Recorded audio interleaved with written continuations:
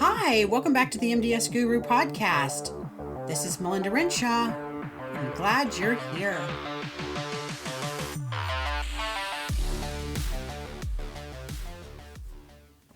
Let's talk about our subject. Today, it's going to be the long stay QM for antipsychotic meds. Actually, that proves to be a very daunting QM. Difficult to remove. A lot of times, hospitals will put somebody on an antipsychotic medication for sleep.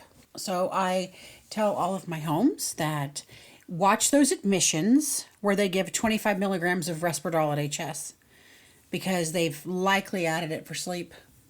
The only exclusions for that is the schizophrenia, Tourette's, and Huntington's.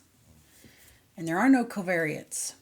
So what we do is we invite the physicians to step outside of the box and think about medications that have been proven in evidence-based practice to work for our residents without the nasty side effects of an antipsychotic med. One thing that we have successfully used is trazodone. Another medication is Depakote. I think since CMS is now tracking seizure meds that eventually they're going to expect to see somebody with that diagnosis if you're giving it, but they're not doing that yet. I have seen antihistamines used quite a bit, but with that you have an increased falls risk. We should normalize a process where we scrutinize the use of antipsychotic meds for behaviors. I know that's what CMS is trying to do, but I mean internally. That's something that we should look at upon admission, at least quarterly, when you do their MDS assessment and look at their care plan. Antipsychotics have a black box warning of increased risk of death in the elderly, and we want to use them appropriately. The 3 diagnoses that I mentioned are not the only things that you should use that medication for, in my opinion. However, there needs to be an extensive history in the chart.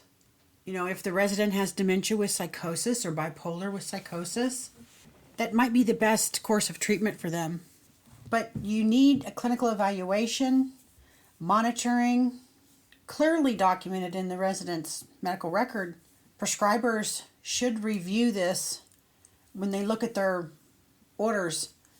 And you probably should point it out because they're in a hurry. They just go through and they sign things. We got to do the GDRs like we're supposed to.